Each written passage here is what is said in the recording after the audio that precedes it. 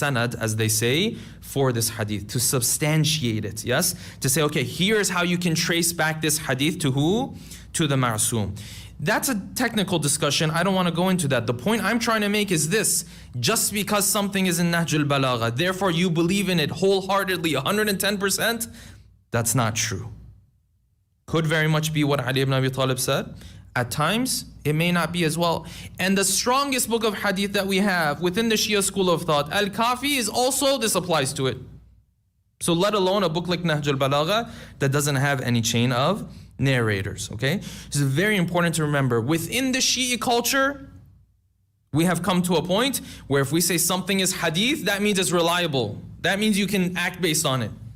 When Muharram comes around, when Safar comes around, when Ramadan comes around, when Rajab, Sha'ban, these months come around, how many times do you find, messages being forwarded and passed along? Yes, if you recite this one line, then this will happen to you in the grave, and then you don't have to worry about anything.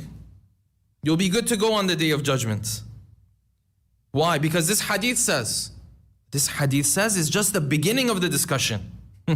Then you have to substantiate it, then you have to figure out where it came from. Just because hadith says a lot of things. Scholars, they give this analogy. They say hadith is like an ocean.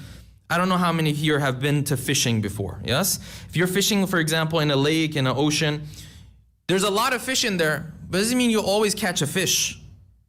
Sometimes you're fishing, what do you catch? You get like some shoe that was lying at the bottom of this ocean, right? There's pearls down there. There's also some things that are not very valuable. In this literature of hadith, some things are pearls because the Imam said them. Some things, no, people attributed them to them. Say, yeah, this is what he says. So just because it's hadith, therefore we have to act upon it, therefore we have to do it? No. How do we substantiate these ahadith? I'm not going to go into that. That's a technical discussion. As it relates to this khutbah in particular, one of the ways that scholars will look at a hadith or a khutbah and they say, you know what? Even though we don't have a chain of narrators for this hadith, but we will take it as if Ali ibn Abi Talib has said it in fact, is when the content of this khutbah is content that you can automatically understand from other verses of the Quran and other hadith anyways. So hadith comes and says, it's good for you to pray. If you substantiate this or you don't substantiate it or not, doesn't matter, because you already know what? Praying is good for you. Yes? Therefore, those khutbahs of Nahj al-Balagha that don't have content that becomes very, very, disputable, those, because the content we already understand from other verses of the Quran and hadith, even if we don't have a chain of narrators for it, you can believe in it, it's not a problem, because even if you didn't have this hadith, there's other ahadith and other verses of the Quran that say the same exact thing. If they say it's good for you to pray and it's good for you to be low maintenance, which is one of the characteristics that Ali ibn Abi Talib is going to talk about the muttaqeen, you don't need, chain of narrators for this. Why? Because you already know this is something that is good. Yes, Ali ibn Abi Talib is just putting it into a particular wording for you. Yes, he's adding this literary touch to it that makes it beautiful, or analogies, for example, to it to make it more beautiful. Otherwise, the content is already accepted from your perspective. So that's very important to remember. Okay, moving on to the khutbah itself. Nahj al-Balagha, of course, has roughly 240 khutbahs or sermons, 60 letters roughly. Out of this 240, there's one that's called Khutbatul Muttaqeen, the sermon of the pious servants of Allah, the sermon of those who are muttaqi. What does taqwa mean? Long discussion, but I'll give you just a brief understanding of it. Taqwa comes from the root word of wiqaya. Wiqaya means when you protect yourself, when you prevent something bad happening. Taqwa means I fear Allah subhanahu wa ta'ala enough that I don't disobey Him. I don't allow this disobedience to come into my life. This is the meaning of taqwa. You can have longer discussions on it. For our purposes, this is more than enough for us to understand. The pious and obedient servants of Allah. This is what this khutbah is about. Okay, delving into the khutbah itself now. Recite a salawat, please. Allahumma salli ala Muhammad wa ala Muhammad wa ala. روي أن صاحبا لأمير المؤمنين يقال له همام كان رجلا عابدا. Says one day this friend, companion of Amir al-Mu'mineen, whose name was Hammam. Hammam with a ha, not with a ha. Yes? It has a different meaning to it. Hammam, companion of the first Imam. Kana rajulan abidan. And he was one of those companions of the Imam who was amongst those who used to do a lot of acts of worship. When the hadith says he was abid, do ibadah, of course all the companions of the Imam used to do ibadah. So when he says he was abidan, that means in particular he was the type who used to pray a lot, who used to fast a lot. He was zahid, he would live a very simple and modest life. Yes? Kana rajulan abidan. Okay. He comes to Amir al-Mu'mineen. فَقَالَ لَهُ يَا أَمِيرَ الْمُؤْمِنِينَ. He came to the first Imam. He said, صِفْ لِيَ الْمُتَّقِينَ. This is the request I have of you. Describe for me the muttaqeen. Explain to me what these muttaqeen are like. كَأَنِّي أَنظُرُ إِلَيْهِمْ. Describe to me in such a way as if I'm seeing them in front of me. Like I want you to describe them in detail for me. And for some reason, Ali ibn Abi Talib was hesitant to do this.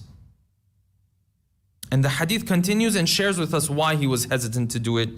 So the Imam responded to him. The hadith says, فَتَثَاقَلَ عَنْ جَوَابِهِ. He kind of became hesitant to respond back to him.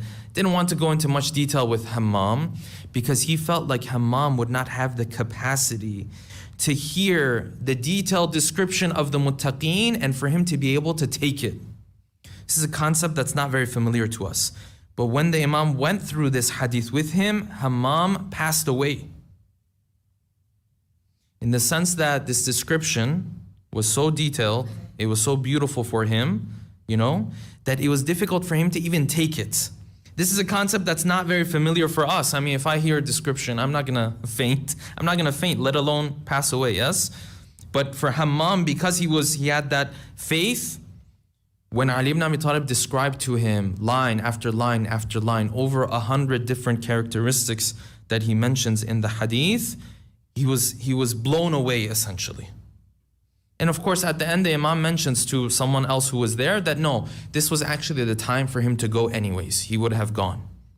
But nonetheless, Ali ibn Abi Talib he's hesitant. He says, he turned to his companion, Hammam, ittaqillah wa ahsin. He said, listen, forget about this detailed description. Just fear Allah, try to obey Allah subhanahu wa ta'ala. Wa ahsin, and be kind. Do good. فَإِنَّ اللَّهَ مَعَ الَّذِينَ اتَّقَوْا وَالَّذِينَ هُمْ مُحْسِنُونَ. Because Allah is with those who are obedient and they do good. Just stick to the general stuff that we already have. But Hammam, he really wanted to hear. فَلَمْ يَقْنَعْ Hammam. He really wanted to hear this description because he knew the literary skills of Ali ibn Abi Talib. He wanted to hear this. When you come across, an artist, if the artist says, yeah, I worked on this work, he says, no, show me that masterpiece that you have, فَلَمْ يَقْنَعْ Hammam. Hammam was not okay with this. He said, no, I really want to hear. You tell me what these guys are really like. حَتَّى عَزَمَ عَلَيْهِ. So then Amir al-Mu'mineen, he said, okay, fine. If you won't let me go, I'll describe them to you. Here it goes. فَحَمِدَ اللَّهَ وَأَثْنَى عَلَيْهِ. He praised Allah and he recited salawat upon the Prophet. اللهم صل على محمد وعلى محمد وعجل فرجهم. ثُمَّ قال. And then he said, أَمَّا بَعْدَ. As it relates to describing the muttaqeen, I'm going to start the discussion from here. This is what Ali ibn Abi Talib is saying. He said, أَمَّا بَعْدَ فَإِنَّ اللَّهَ سُبْحَانَهُ وَتَعَالَى خَلَقَ الْخَلْقَ حِينَ خَلَقَهُمْ غَنِيًّا عَنْ طَاعَتِهِمْ. He said Allah subhanahu wa ta'ala started his creation, but let's start from the beginning of creation. He said when he created his creation and these creatures you find around you, he didn't create them because he needed them. He created them while he had no need towards them. غَنِيًّا عَنْ طَاعَتِهِمْ. He didn't need them to obey him. Number one. Number two, آمِنًا مِنْ مَعْصِيَتِهِمْ. And he was immune from their disobedience. If they were to disobey him, it wasn't going to hurt him anyways. Okay. This is just the first line of the khutbah, yes? This is, again, a concept we are not familiar with as human beings. Because everything that you and I do as human beings, we do it because we lack something and we want to get something out of it. Right? Like for example, I pick up a book of Nahj al-Balagha, I read it. Why? Because I'm ignorant towards Nahj al-Balagha. I want to gain knowledge, right? There's something I'm trying to get out of this book. Yes? I'm hungry, I go and eat to satiate my hunger. I'm thirsty, I drink so that I can do what? I can quench my thirst. There's always something I do because I lack something. I'm trying to get something out of it, yes? But here, Allah subhanahu wa ta'ala has created these billions of creatures, more than you can count. If I were to ask you how many insects exist, none of us will be able to get the right number. Insects, you know? He's created all of this, and Ali ibn Abi Talib is saying, listen, he didn't need any of it. This is kind of mind-blowing for us because we're not used to this. No, when we do things because we need something out of it. You don't go to work and then someone asks you, say, why did you go to work today? It's just for the fun of it. No, you went there because you were trying to make money, you have a career, whatnot. Yes, you have something you're trying to get out of it. That's number one. Number two, you are never immune to those things that you use. The food that you eat might make you sick. Yes, the water that you drink might be polluted. But with Allah subhanahu wa ta'ala He says, created everything, and He says He doesn't need their ibadah and their obedience. And at the same time, He is completely immune from their disobedience as well. Even if a father and a mother bring a child into this world, are they 100% immune from the evil of that child? No. Even though they technically brought this child into this world, they're not. This is very unusual for us. So then the question that of course comes to mind is, then why did He create all of this? I mean, why put yourself through all of this, you know, forgive me, but I use this wording, why put yourself through all this trouble? If you're doing so well, and you're saying you don't need it, you don't need their ibadah, and you're immune from their disobedience as well, I mean, why bother? You and I bother because we need something. But I mean, He doesn't need it, so why bother? Usually when this question comes up in our communities, or in our Sunday schools, we go to what? We go to this famous verse of the Quran, which is verse 56 of Surah Al-Dhariyat. وَمَا خَلَقْتُ الْجِنَّ وَالْإِنسَ إِلَّا لِيَعْبُدُونَ. We did not create you except that you would worship us. Yes? Many of us have heard this verse of the Quran before. And this is a very incomplete understanding of the purpose of our creation. Very incomplete. Because the hadith is saying He didn't need you, but on the other hand, you're telling your child, Allah subhanahu wa ta'ala created all of us just so that you would worship Him. But He's saying He doesn't need it. So then the question is still there. What, He wasn't wise? He doesn't need the worship, but He still created you just to worship Him? Doesn't make sense. There's something that's supposed to be coming out of this worship. Otherwise, if He just created you and I to worship Him, He Himself is saying, I didn't need your worship. So there's something else that's supposed to come out of this. It's a very, very big mistake we make. That this is the way we introduce religion to our kids. That Allah subhanahu wa ta'ala created you so that you would worship Him. Okay, so then what? No, that's it. Just created you to worship Him. And Ali ibn Abi Talib is from the beginning, he says, He created you and He didn't need your worship. So then what is His worship doing then? I mean, we just prayed. Why am I bothering myself praying? Yes, if He doesn't even need it. On the other hand, He says, no, I created you just for this. Because He doesn't need it, you're getting something out of it. But what are you getting out of it? It's this concept, this abstract concept that we call perfection. But this is an abstract concept. Let's talk practical. What that means is that when you do worship of Him, every act of worship develops a certain characteristic within your character. Every act of worship, it develops a certain characteristic within you. Salat, one of the biggest things it does is your humility. Makes you humble. Because you have to come, you have to stand here, you have to bow down to Him, you have to do this, you have to do, all based on all these detailed rulings that we have in Islam, yes? You have to do wudu before it, your clothing has to be tahir, it has to be this time. 5 minutes later, it's qada.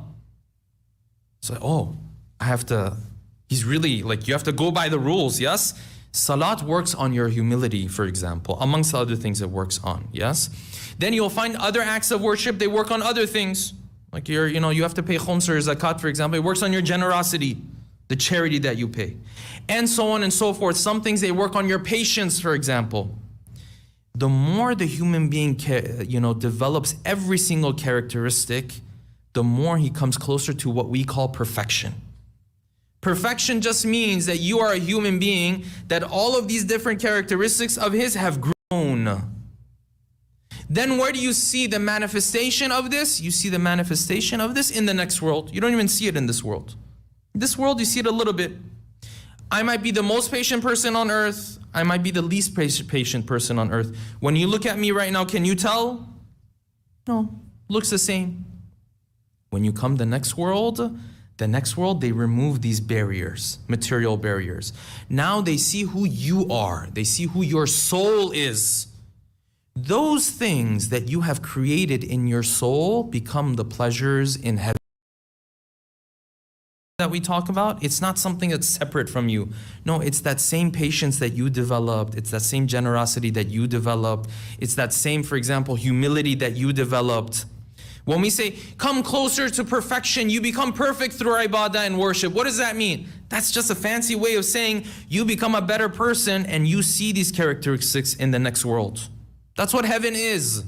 Heaven are these characteristics that we have built in this world. So to sum it up, Allah subhanahu wa ta'ala created you for heaven. That's it. But in order to get there, you have to come into this world where there's difficulty, you'll be tested, you have to obey Him, you grow yourself. Therefore, the next world, your heaven is created by you. Yes? Allah subhanahu wa ta'ala doesn't take us and put us into heaven. Allah subhanahu wa ta'ala brings us here, so you create your own heaven through the characteristics that you build for yourself. Yes? Based on this, He has brought you here, but He does not need your worship. And He is immune from your disobedience. Okay, moving on to the next line, and inshallah, we'll be wrapping up. He says, فَقَسَمَ بَيْنَهُمْ مَعَايِشَهُم. When Allah subhanahu wa ta'ala created everything, then He started to divide amongst people their sustenance. A concept that hadith says, Quran says, that listen, your sustenance, even though it doesn't look like it, it's already divided, it's already decided. This flies in the face of everything that the society today tells us. Because society today tells us you have to do this and you have to do that. Should you work hard? Absolutely. Should you plan? Absolutely. But the reality is everything has been divided and decided already. So the idea that I have to have this type of career and I have to have this type of money, you should work towards it. But if He doesn't want it to happen, it's not going to happen. فَقَسَمَ بَيْنَهُمْ مَعَايِشَهُمْ وَوَضَعَهُمْ مِنَ الدُّنْيَا مَوَاضِعَهُمْ. And He put everyone in their own place. Every person has their own place. You and I, we try to get out of our own place. We try to live the lives of others. You look at the guy beside you, you're like, oh, I wish I was living his life. Yes? And that's what social media is, right? You look at another person and say, oh, that their life, I wish I was in their shoes. And Ali ibn Abi Talib is saying, no, فَوَضَعَهُمْ مَوَاضِعَهُمْ. He put everyone in the place that they're supposed to be. For somebody, He put them in a very affluent country. For some people, He put them in a country that's not doing so well. For some, he gave them a whole host of talents. Some people, no, He didn't give them that many talents. It's a real thing. Some people are very talented. Some people are less talented. Yes? It just depends. He has chosen this life for you. And the important thing is for you to be okay with that life that He has chosen for you. فَقَسَمَ بَيْنَهُمْ مَعَايِشَهُمْ وَوَضَعَهُمْ مِنَ الدُّنْيَا وَمَوَاضِعَهُمْ. And He says, now based on this, amongst people you will find different groups. فَالْمُتَّقُونَ فِيهَا. Those who are pious, hum ahlul fada'il. The pious ones are the virtuous ones. The ones who have virtues. What does this mean? This means that this is the type of person, when you get to know him, you are attracted to his character. This is one of the main characteristics of someone that we call muttaqi. You know, we say people are God-fearing. What's the result of being God-fearing? If the result is not him being virtuous, if the result is not him having a character that you are drawn to, this person is not God-fearing. A muttaqi, he's the type of person that the more you get to know him, the more you want to be around him. He may not put himself out there very often. Yes? Sometimes he's well known, sometimes he's not well known. That's not part of, part and parcel of who he is. Sometimes people know about him, sometimes people don't know about him, this muttaqi character we're talking about. But those who do know him, those who are close to him, Oh, they want to spend time with him. They want to be with him. And I'll end with this line. This is a very good litmus test to see if I'm even close to this group or not. Yes? When people get to know me, do they want to come closer to me? Or no, is it the situation that when people get to know me, the more they get to know me, the more, they get to find out about me, the less interested they are in me all of a sudden. When spouses get married, initially the situation is what? Oh, this is wonderful, it's great. And that's important, it should be like that initially, yes? Then when they get to know each other, then God forbid, if it's like this, that the more they get, because it's not always like this, sometimes it's like this. The more they get to know each other, all of a sudden, it's like, oh, I didn't think it was going to be like this. God forbid. And sometimes it's the opposite. Sometimes, no, they get to know each other, yes? They've built so much trust with one another. They've compromised for one another so much. Say, oh, I wish I knew you before we even got married. I wish we were even closer. So al-muttaqun are such a people. They're not famous per se, but those who are close to them and are around them, they want to be around them and they want to spend more time with them. Yes, people are attracted to their character. And the question is, are people attracted to your character and my character? If the answer is not really, then I'm also not a muttaqi either. Because taqwa comes with all of these different virtues. Inshallah, there we'll end. The next lines of the khutbah are very beautiful, but we'll leave that inshallah for the following session, where he starts to actually get into some of the details about how they speak.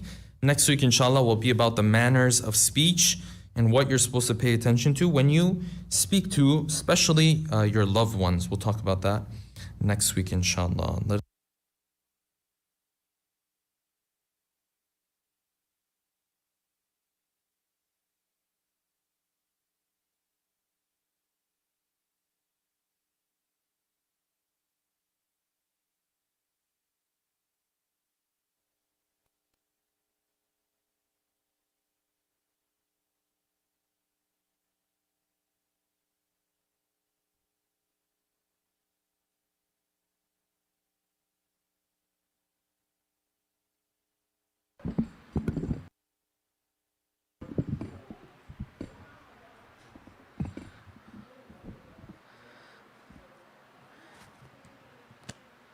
اللهم صل على محمد وآل محمد.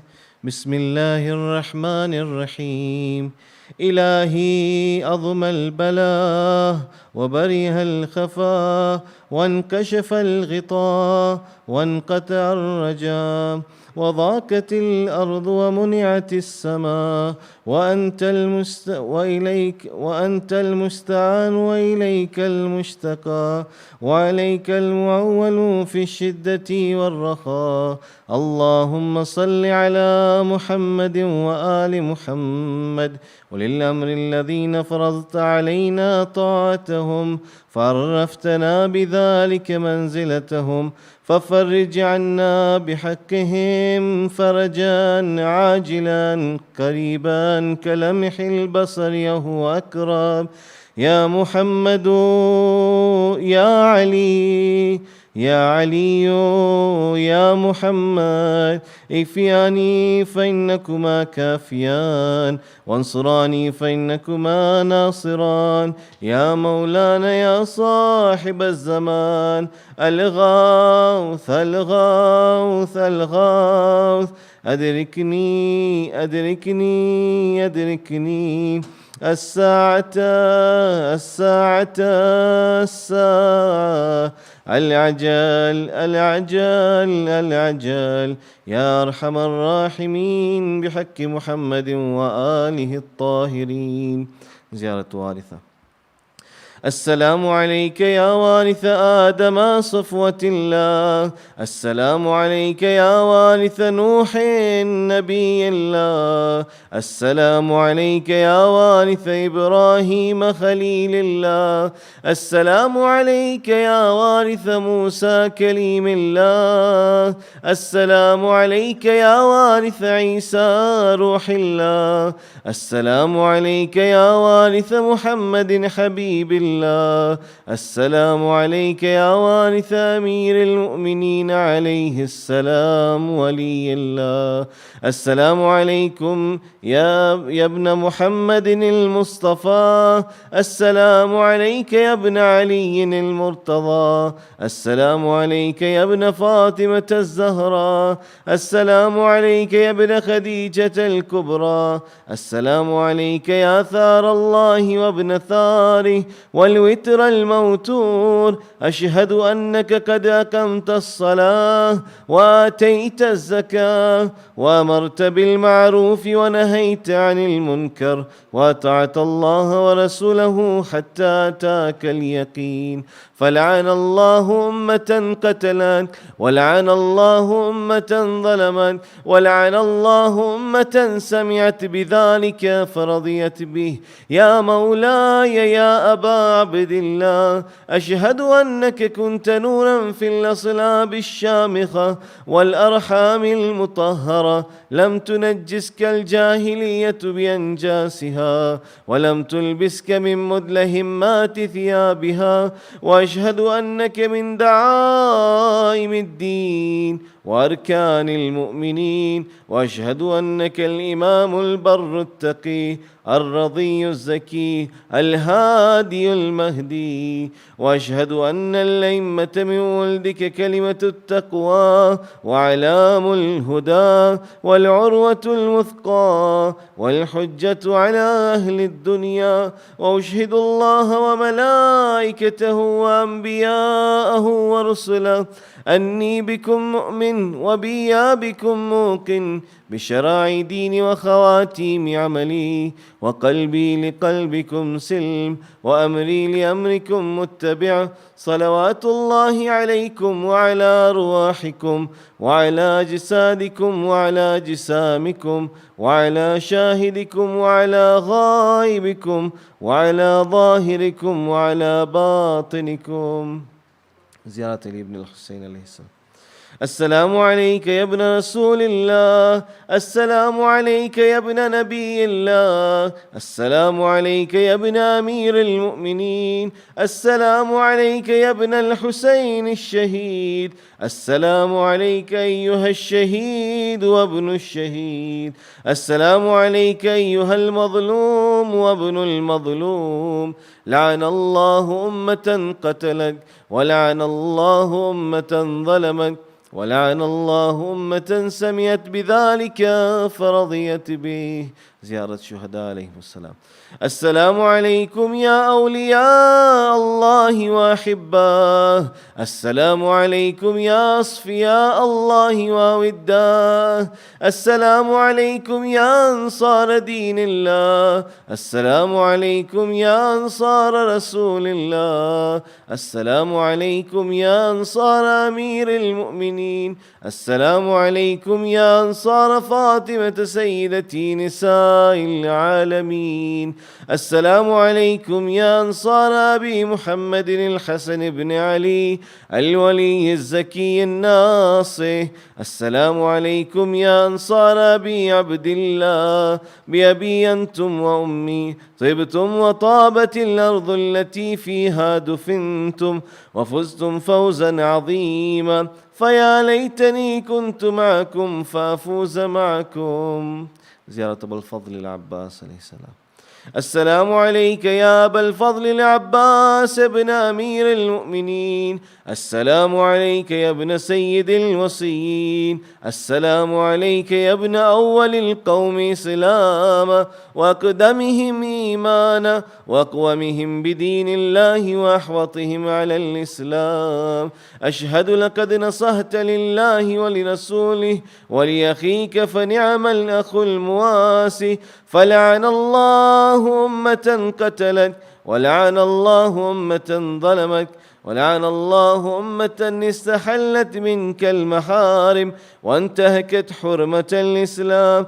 فنعم الصابر المجاهد المحامي الناصر، والأخ الدافع عن أخيه المجيب إلى طاعة ربه، الراغب فيما زهد فيه غيره من الثواب الجزيل والثناء الجميل، والحقك الله بدرجة آبائك في جنات النعيم. السلام عليك يا أبا عبد الله، وعلى الأرواح التي حلت بفنائك، عليكم مني جميعا سلام الله أبدا ما بقيت وبقي الليل والنهار، ولا جعله الله آخر الأهد مني لزيارتكم. السلام على الحسين وعلى علي بن الحسين وعلى أولاد الحسين وعلى أصحاب الحسين جميعا ورحمة الله وبركاته. السلام عليك يا مولى وابن مولى، السلام عليك يا غريب الغرباء، السلطان أبا الحسن مولانا علي بن موسى الرضا، كن شفيعنا وشفيع والدينا في يوم الجزاء. السلام عليك وعلى أختك فاطمة المأسومة جميعا ورحمة الله وبركاته. السلام عليك يا مولانا يا صاحب الزمان، السلام عليك يا خليفة الرحمن، السلام عليك يا شريك القرآن، السلام عليك يا إمام الإنس والجان، أجل الله لك ما وعدك من النصر وظهور الأمن. السلام عليكم يا أهل بيت النبوة ومعادن الرسالة جميعا ورحمة الله وبركاته.